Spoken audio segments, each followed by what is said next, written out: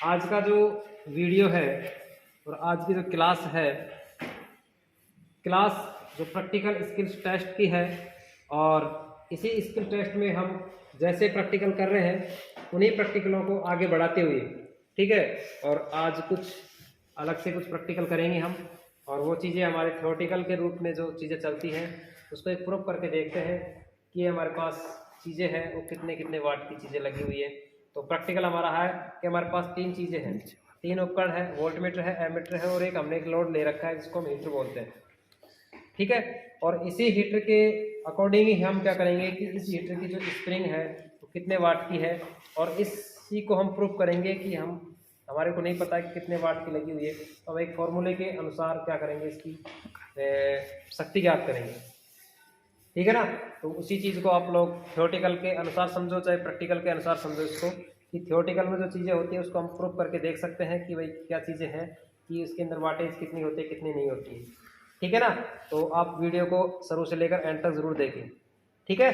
तो चलिए हम सबसे पहले उसका सर्किट डायग्राम बनाते हैं और सर्किट डायग्राम के अनुसार ही क्या करेंगे, उसके कनेक्शन करते हैं, ठीक है। तो सबसे पहले उस चीज़ का सर्किट डायग्राम आप लोगों को अच्छी तरीके से समझ में आना चाहिए कि जैसा आप सर्किट डायग्राम बना रहे हो उस सर्किट डायग्राम के अनुसार ही क्या करेंगे, उसके कनेक्शन हम करते हैं, ठीक है। क्योंकि अगर थोड़ी बहुत भी अगर कोई उल्टी सीधी बातें हो जाती है, कनेक्शन उल्टा सीधा हो जाता है, तो कनेक्शन पूरा का पूरा सर्किट क्या हो जाता है, गलत हो जाता है।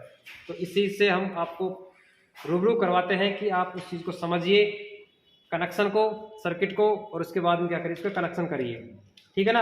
आप लोग जल्दबाजी ना करें, कोई चीज़ को समझने की कोशिश करना कि कनेक्शन की बात है, बहुत ही सेफ्टी से काम करना है, ठीक है। लाइट से अपन ज़्यादा वो नहीं करना है, अपने बहुत ही स्ट्रिक्ट तरीके से काम करना है, ठीक है ना। तो चलिए सबसे पहले हम बातें करते हैं कि सर्किट डायग्राम। तो हमारे पास वोल्टमीटर है, ये चीज़ आप लोगों को पता है कि वोल्टमीटर और जो एमीटर होता है वो किस क्रम में होता है। वोल्टमीटर किस क्रम में लगाते हैं हम, समांतर क्रम में। तो हम क्या लगाएंगे समांतर में, ये हमारे पास क्या है, ये लाइन हमने ले ली है, ये हमारे पास फेस है और ये न्यूट्रल है, ले लिया।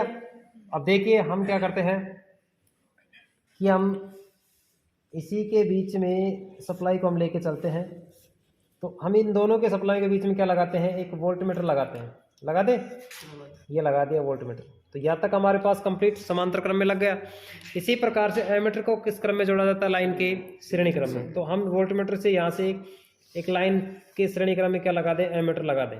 तो अब ये चीज़ आप लोगों को पता है कि एमीटर और वोल्टमीटर के दो टर्मिनल्स होते हैं ना भाई। ये वोल्टमीटर के एक टर्मिनल ये होगा, दूसरा ये हुआ, एमीटर का एक टर्मिनल ये हुआ और दूसरा ये हुआ। अब यहाँ तक हमारे पास कंप्लीट है। इसके बाद में हम क्या करते हैं, एक लोड के रूप में हम प्रयोग कर रहे हैं कि हीटर को क्या कर रहे हैं, लोड को, हीटर को प्रयोग कर रहे हैं, ठीक है। और हीटर के दो तार हुए, एक तार ये हो गया, दूसरा तार ये हो गया, दूसरे को हम किस में जोड़ दिया, यहाँ जोड़ दिया। तो ये हमारे पास सर्किट हो गया, ठीक है। ये हमारे पास वोल्टमीटर है और ये हमारे पास एमीटर है, और ये हमारे पास लोड के रूप में इसको प्रयोग हम कर रहे हैं, ठीक है। तो यहाँ तक सभी के समझ में आ गया सर्किट। और सर्किट के अनुसार ही हम क्या करेंगे, हम कनेक्शन करेंगे।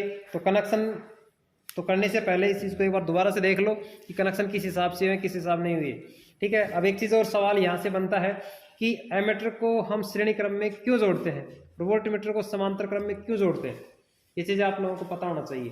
क्योंकि वोल्टमीटर हमेशा समांतर क्रम में क्या होता है, समान होता है, धारा क्या होती है, अलग अलग होती है। और श्रेणी क्रम में वोल्टेज क्या होता है, अलग अलग होता है, और धारा क्या होती है, समान होती है। ये चीज़ें होती है ना, ठीक है। जो हम चाहे रेजिस्टेंस की बात कर लो, चाहे आप लैंपों की बात कर लो आप, ठीक है। और इसके विपरीत में कैपेसिटर होता है, कैपेसिटर क्या होता है, इसका विपरीत काम करता है, ठीक है। यानी कि श्रेणी क्रम में जो चीज़ें लगा रहे हैं वो उसका समांतर होगा, समांतर जो है उसका क्या होगा, श्रेणी होगा। तो चलिए हम सबसे पहले इसका क्या करते हैं, सर्किट डायग्राम के अनुसार ही इसके कनेक्शन करते हैं। देखिए हमारे पास ये तो है वोल्टमीटर और ये हमारे पास एमीटर, ठीक है। तो ये चीज़ें भी हम इस चीज़ को हम समझते हुए चलते हैं। तो देखिए वोल्टमीटर को हम दो तार लेते हैं, ये दो तार हमने ले लिए, ठीक है, दो तार हमने ये लिए हैं। उन दोनों तारों को हम क्या करते हैं, यहाँ से हम इसको कनेक्ट कर दिए। और एक तार अब क्या करते हैं, एमीटर का लेते हैं। एमीटर का एक तार हमारे पास ये वाला, एक तार हमने यहाँ लगा दिया, लगा दिया एक तार वोल्ट मीटर में से, यहाँ से निकला एमीटर में हमने लगा दिया, एमीटर का एक तार हमने यहाँ लगा दिया। अच्छा, उसके बाद में क्या करते हैं, एमीटर का एक टर्मिनल हमने लगा दिया, दूसरा क्या करेंगे, ये वाला, ठीक है, ये वाला हीटर का है, एमीटर में से निकल रहा है, एमीटर में से हमारे पास एक तार होगा ये वाला।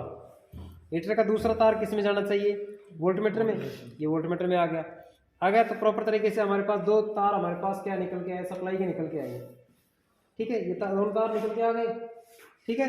तो इस प्रकार से हम अब ये देखते हैं कि ये हमारे पास जो लोड है, लोड के रूप में हमने हीटर का प्रयोग किया है, ठीक है। उसी प्रकार से अब ये हमारे को नहीं पता है कितने वाट का है ये, ठीक है, और इस चीज़ को हम मेजर करने के लिए, हमें प्रूफ करने के लिए हम ये इस सर्किट का प्रयोग किया गया है, ठीक है। तो इसी को हम क्या करते हैं, अब प्रूफ करके देखते हैं। सबसे पहले इसको मैं चालू करता हूँ सप्लाई को चालू करने से पहले हमारे पास दोनों तारों को सप्लाई कनेक्ट करेंगे, और देखिए यहाँ से कनेक्ट हो गया, सप्लाई हमारे पास आ गई है और वोल्टेज हमारे पास, सॉरी करंट हमारे पास शो कर रही है। लेकिन जिस प्रकार से, ठीक है, लगी हमारे पास जितना लोड ले रही है, ये हमारे पास स्प्रिंग हीटर चालू हो गया लोड के रूप में। अब देखिए, अब एक चीज़ ध्यान रखना कि हमारे पास प्रूफ करने के लिए हमारे पास क्या होता है, एक फॉर्मूला होता है, P बराबर क्या होता है, VI होता है, क्या होता है, P बराबर VI होता है, ठीक है। उसी प्रकार से V का मान हमारे पास कितना है, यहाँ पे देखिए कि जानी 210 के आसपास वोल्टेज आ रहा है, 210 ही मान सकता हूँ उसको मैं, 210 वोल्ट। और धारा हमारे पास कितनी है यहाँ पे, जैसे मान लिया कि 0.2 के आसपास, यानी कि 1 एम्पियर मान लो आप, 2 एम्पियर मान लो, ठीक है। तो हम उसी प्रकार से हम 2 एम्पियर मान लिया, ठीक है, पॉइंटों में है ये, तो यहाँ पे हम 1 एम्पियर 2 एम्पियर मान सकते हैं इसको। लेकिन हमारे पास P का मान हमारे पास नहीं है, इसका मान हमारे पास नहीं है कितने वाट का है। तो अब एक चीज़ आप बताइए कि P बराबर VI होता है ना, तो हमारे पास P बराबर V का मान हमारे पास कितना है, 210 गुणा 2 एम्पियर है ना।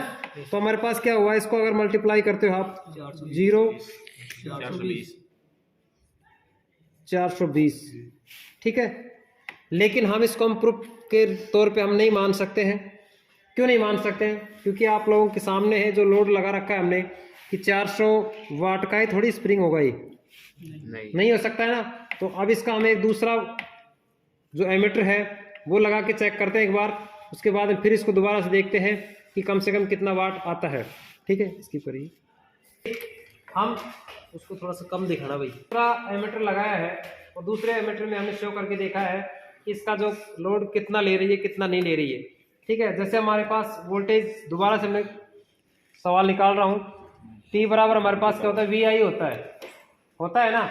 उसी प्रकार से हमारे पास V का मान कितना आ रहा है, यहाँ पे 220 के आसपास आ रहा है, ठीक है, कितना आ रहा है, 220 के आसपास आ रहा है। और करंट हमारे पास कितनी आ रही है, आई हमारे पास कितनी है, यानी कि 4 एम्पियर के लगभग आ रही है, ठीक है। कितने एम्पियर आ रही है, 4 एम्पियर आ रही है। और 4 एम्पियर के अनुसार हम इसका पावर ज्ञात कर सकते हैं कि एम्पियर, ये जो हीटर है वो कितना लोड ले रहा है, वाट ले रहा है, ठीक है। तो P बराबर क्या होता है, VI होता है। तो हमारे पास 220 × 4 यानी कि हमारे पास कितना हो गया, 880 वाट हो गया। क्या हो गया, 880 वाट क्या कर रहा है, ये खपत कर रहा है, ठीक है, ऊर्जा को क्या कर रहा है, खपत कर रहा है। ये हीटर की एक्चुअल जो मान होता है ना, हम इस फॉर्मूले के अनुसार इसको निकाल सकते हैं। किसी भी प्रकार की जो वाट होती है हमको नहीं पता है, उसको हम इस फॉर्मूले के अनुसार इसको निकाला जा सकता है, क्योंकि हमारे पास दो चीज़ें दी हुई है। सपोज देन मान लो कि इसका जो वाट है क्षमता हमारे को पता है 1000 वाट है और करंट का मान पता नहीं है, तो कितना हम उस हिसाब से भी निकाल सकते हैं। देखिए यहाँ पे हमारे P बराबर VI हमने लिखा है, I का मान ज्ञात करना है, तो क्या होगा, V/P होगा। तो हमारे पास मान लिया कि V का मान 200 वोल्टेज है, सॉरी P/V आएगा। P का मान हमारे पास कितना है, P का मान जैसे मान लिया कि इसका मान वाट दे रखा है 1000 वाट, ठीक है। V का मान हमारे पास दे रखा है 200 वोल्टेज, तो हमारे पास कितना हुआ, एम्पियर का मान ज्ञात करें तो 5 एम्पियर, ठीक है ना। तो इस प्रकार से हम किसी भी प्रकार से वोल्टेज भी चेक कर सकते हैं, धारा का मान भी चेक कर सकते हैं और पावर का मान भी ज्ञात कर सकते हैं, अगर आप लोगों को कनेक्शन सही तरीके से आते हैं तो। ठीक है ना। तो आज का जो ये प्रैक्टिकल था, इसी प्रकार का एक प्रैक्टिकल आप लोगों को, एक थ्योरेटिकल पार्ट था। इस थ्योरेटिकल पार्ट को हमने क्या किया, एक प्रूफ के तौर पे हमने इसको सिद्ध किया है। ठीक है। तो जैसा हमारे पास किसी प्रकार का, हमारे पास P बराबर VI तो होता ही होता है, लेकिन उसके साथ साथ फॉर्मूले, हमारे पास 3 फॉर्मूले होते हैं। ठीक है। P बराबर V square upon P, R भी होता है, रेजिस्टेंस जो भी चीज मान दी हुआ दिया हुआ होता है। इसी थ्योरी के अंदर जो चीजें पढ़ी है ना, उससे भी उसी के तौर पे है।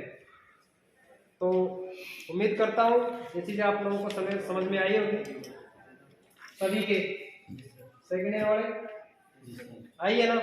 तो इसी प्रकार से आप इस चीज को आप खुद भी प्रूव करके देख सकते हो। जरूरी नहीं है मैंने आप लोगों के सामने एक हीटर लगाया है, हो सकता है इसके साथ आप मोटर भी रख के चेक कर सकते हो, एमीटर में शो करके देख सकते हो कितना लोड इसके अंदर ले रहा है, कितना नहीं ले रहा है, लेकिन इस फॉर्मूले के अनुसार। ठीक है। तो उम्मीद करता हूं आप लोगों को वीडियो समझ में आई हो। तो लोग इस वीडियो को ज़्यादा से ज़्यादा शेयर करिए, और आप लोग इस चैनल के ऊपर नए हो तो चैनल को सब्सक्राइब और लाइक ज़रूर करें, और वीडियो को शुरू से लेकर एंड तक ज़रूर देखें। ठीक है। तो इसी प्रकार से ये प्रैक्टिकल सक्सेसफुल हमारा हुआ है। जैसा हमने सर्किट डायग्राम बनाया है, उसी सर्किट डायग्राम के अनुसार, क्योंकि ये चीज प्रॉपर तरीके से काम कर रही है। ठीक है। तो जय हिंद, जय भारत।